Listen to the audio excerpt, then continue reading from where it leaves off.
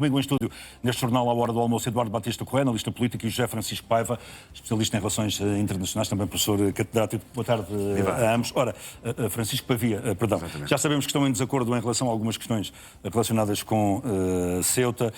Professor José Pavia, começo por si.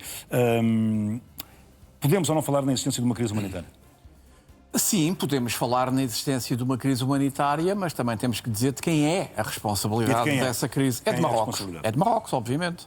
E, aliás, se tínhamos alguma dúvida sobre isso, essas dúvidas ficaram desfeitas nos últimos 2 dias. Porque, repare, Marrocos abre a torneira e fecha a torneira quando lhe interessa e quando lhe convém. E mais, e depois não quer testemunhas. Sábado deteve pelo menos 300 pessoas e 61 E vimos o aparato e o fecho das fronteiras. Mas mais, não quer testemunhas, porque os seus colegas da agência F e da TVE foram expulsos do lado marroquino porque precisamente estavam a filmar essa situação. E, portanto, cá está. Uma é a atuação de um governo autoritário que utiliza a sua própria população com intuitos políticos. A outra é o governo de Espanha, obviamente que se viu abraços com uma situação como esta. Nenhum governo tinha capacidade de lhe dar resposta atempada com 60 mil pessoas de repente a entrarem num determinado território. Ou mais, 60 ou mais até, e ainda por cima com uma falta de solidariedade dos seus colegas europeus, que aliás está prevista no Pacto de Migração que foi assinado há pouco tempo, mas não a teve. Eduardo, o governo marroquino é que tem responsabilidade nesta crise humanitária, ou nesta suposta crise humanitária que se vive neste momento em Ceuta? Não sabemos. Acho que é precipitado acusarmos Marrocos de ter a responsabilidade. Portanto, não estás de acordo com... Não é uma questão de estar de acordo. Não tenho dados que me permitam, no fundo, acusar o governo marroquino e as autoridades marroquinas de estarem na origem deste movimento que resulta, evidentemente, de uma crise humanitária em Ceuta. Nós não sabemos quem é que disputou estas ações. Já tentámos, eu diria que é o maior desafio para as forças secretas europeias, é tentar perceber a origem destas mensagens. Vamos lá ver. Estamos a falar de dezenas de milhares de jovens que tentaram saltar para Ceuta. E porquê? Porque Ceuta é território espanhol no Norte de África, com a promessa de que isso lhes daria a ponta à Europa, a uma vida melhor, a condições melhores. Quem é que beneficia destas ações? Eu só vejo 2 frentes. Uma é a frente marroquina, indiscutivelmente, que vem reclamando desde a década de 50 que Ceuta deve pertencer a Marrocos e, portanto, está aqui uma forma de alertar e de criar pressão. Outra é a frente xenófoba europeia, que, no fundo, encontra nestes movimentos de cidadãos marroquinos a tentarem entrar na Europa campo altamente fértil para as suas teses racistas e xenófobas. Portanto, eu diria que é muito prematuro criarmos aqui uma crise diplomática, ou avançarmos para uma crise diplomática com Marrocos. Aliás, acho que deveríamos começar a ouvir os embaixadores marroquinos, tanto Karima Ben Aïch, que está em Madrid, como o atual embaixador marroquino em Lisboa, para tentarmos perceber um bocadinho qual é a posição do governo marroquino face a esta matéria. Sim, senhor, vamos mudar de tema, meus senhores. Donald Trump, no dia em que começam uns exercícios muito importantes entre Estados Unidos e a Coreia do Sul, que envolvem aproximadamente 18 mil soldados, Donald Trump deu instruções ao Pentágono para esses exercícios serem reduzidos drasticamente, para não se importunar o seu, entre aspas, amigo, o presidente da Coreia do Norte, Kim Jong-un. Professor, o que é que comentário lhe merece esta indicação? Bom, desde logo 2 comentários. Reafirma-se e confirma-se o fascínio de Donald Trump por líderes autoritários, Kim Jong-un, Erdogan, Vladimir Putin, Xi Jinping e por aí fora. E depois, isso, enfim, já é grave. Mas depois o mais grave Tudo que são ainda... ditadores são amigos, geram simpatia em Donald Trump. Precisamente, uma simpatia que, aliás, é notória. Repara, há uma preferência pelo líder norte-coreano em relação ao líder sul-coreano. Enfim, está tudo dito. Depois, a outra questão é a questão transacional. Repare que um dos argumentos que ele utiliza para desencadear esta ação é o facto de a Coreia do Sul não o ter ajudado na questão do Irão. Há, no fundo, uma espécie de vingançazinha, quase, no sentido de que, como não nos ajudaram ali, nós agora vamos retaliar desta maneira. Portanto, que indicação é que isto nos dá?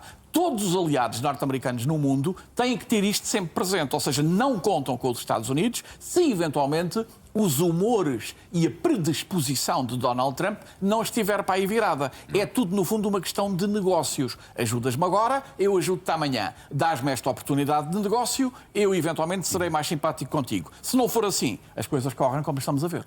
Eduardo, que comentário te merece? Subscrevo o que o José Francisco Pavia acabou de dizer. é bom percebermos o que é que se passa ali. A Coreia do Sul é, se quisermos, um ponto de equilíbrio para o Ocidente naquela região.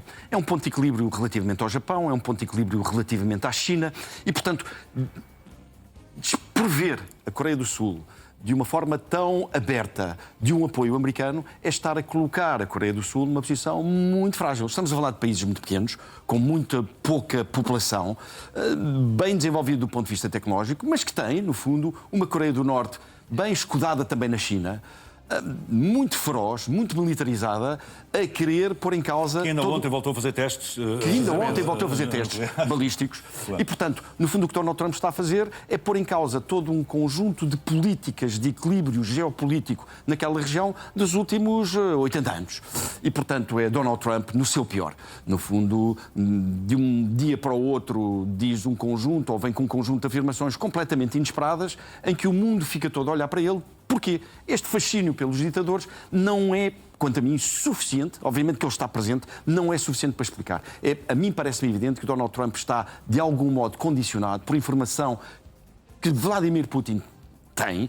Relembrar que a Coreia do Norte é um alto aliado da Rússia, tem sido, no fundo, uma plataforma muito importante no apoio à guerra da Ucrânia. E, portanto, há aqui mais uma vez, muito provavelmente, uma pressão de Vladimir Putin sobre Donald Trump para que este tipo de atitudes, que são completamente incompreensíveis à luz daquilo que são os equilíbrios geopolíticos mundiais, possam ocorrer. Portanto, temos um problema, evidentemente. O José Francisco acabou de dizer, temos um problema. Não podemos confiar no presidente americano, não podemos confiar, no fundo, no debate com os Estados Unidos, e estamos a ver os Estados Unidos, que tradicionalmente eram aqueles que reclamavam pela democracia do mundo, muito mais próximos dos ditadores do que dos democratas. Problemas. Vamos a Gaza. O genro de Donald Trump esteve no Egito, reunido até com elementos do Hamas. Agora está em Israel com o plano de paz para Gaza em cima da mesa. É um plano que está condenado ao fracasso? Não sei, vamos ver. O lado israelita tem enormes reticências quanto a ele. E do lado do Hamas, o que nós sabemos é que o Hamas aceita, mas há enormes dúvidas também no sentido da boa-fé, digamos assim, deste movimento. O que eu chamo a atenção aqui, João, é o seguinte. Gerard Kushner, de facto, esteve reunido, enfim, no Egito e agora está em Tel Aviv. Basicamente, estamos a esquecer de um personagem que está com ele, que é Tony Blair.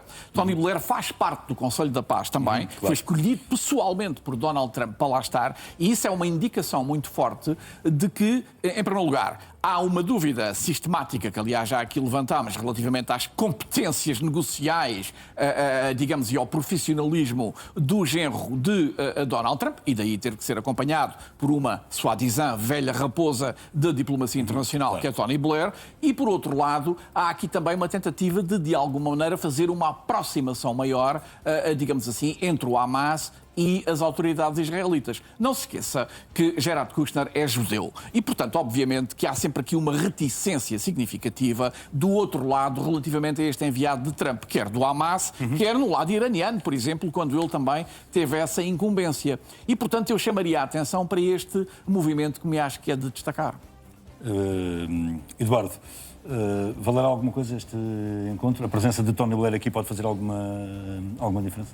Pelo menos gera uma credibilidade adicional às negociações, evidentemente. Kushner não tem? Não? Obviamente que não. No fundo, o que Kushner está a tentar fazer é tornar real um objetivo de Donald Trump, que é a faixa de Gaza tornar-se num resort. Relembrar que Donald Trump tem sempre o lado dos negócios da família, diria, à frente da geopolítica. E, portanto, há aqui um interesse da família Trump relativamente a Gaza. Atenção, é muito difícil. E é muito difícil porque nós estamos perante duas posições altamente distintas. Israel não quer sair da faixa de Gaza, aproveitou, no fundo, todos os movimentos desde o 7 de outubro para ocupar a faixa de Gaza, ou para, pelo menos, controlar a faixa de Gaza, e, por outro lado, o Hamas tem por objetivo garantir que recupera todo o território.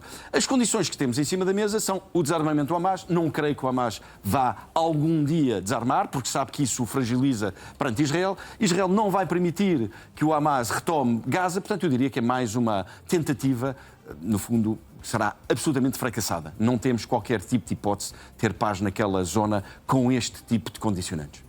Meus senhores, é sempre um gosto estar aqui com Obrigado. vocês. Muito obrigado pelo vosso Bom dia, João. neste Jornal à Tarde. Continuação de bom dia.